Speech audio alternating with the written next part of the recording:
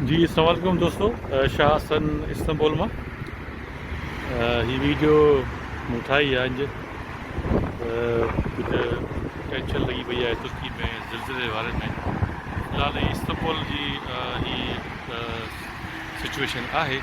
सो इतने का बि अलाह साईं पनाह ॾे, का बि अहिड़ी ॻाल्हि न आहे। माण्हू हमेशह हलण घुमण पियो आहे हिते। सो अॻिते तव्हांखे आउं ॾेखारे थो हिन इस्तांबुल जे बारे में। सो मूंसां गॾु रहिजो, महिरबानी। दोस्तों हिन महिल तक़रीबन इस्तांबुल यूरोप साइड जो ॿ सेंटीग्रेड आहे टेम्परेचर। थोरी घणी माना बर्फ़बारी पए बि हल्की सनी सनी। सो हीअ बर्फ़बारी सनी सनी पई आहे हिते। सो हीअ इस्तांबुल जो यूरोप साइड आहे ऐं हिते फ़िलहाल को बि अहिड़ी का अलर्ट्स न आया आहिनि ऐं हिते सॼो ख्यालु लॻो पियो आहे।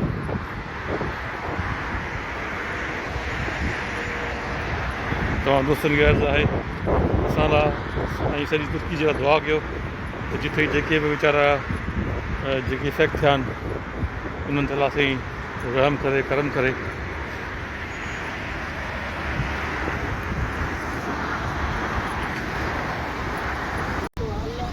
सो माण्हू हलण घुमनि पिया माशाल्लाह सां जिते किथे रौनक लॻी पई आहे इस्तांबुल यूरोप साइड में। सो तव्हांखे थोरो ॾेखारियां त शहर इस्तांबुल यूरोप साइड आहे ऐं माण्हू हलण घुमण फिरनि पिया। सी बि आहे घणो, उनजे करे माण्हू लॻे थो कुझु घटि हलण घुमनि पिया। पर वरी बि हीउ जेको वाक़ियो थियो आहे वॾो, उनजे करे पोइ ज़ाहिर अफ़सोस जहिड़ी ॻाल्हि आहे। ज़ाहिर तुर्की जे कुझु शहरनि में जेका सीरियन साइड आहे उते 10 शहरनि में वाक़ियो थियो आहे। अलाह साईं पनाह में रखे सभिनि खे। सो हीअ नंढड़ी वीडियो मुंहिंजो तव्हां दोस्तनि ॾेखारियां। सो कल्ह खां खोड़ सारा दोस्तनि मूंखां हाल पुछियो हो। उन्हनि दोस्तनि सभिनी जी महिरबानी कि मूंखे कॉल कयनि। सॼो ॾींहुं हुननि जूं कॉल घुसी पियूं ऐं मूंखां हाल पुछनि।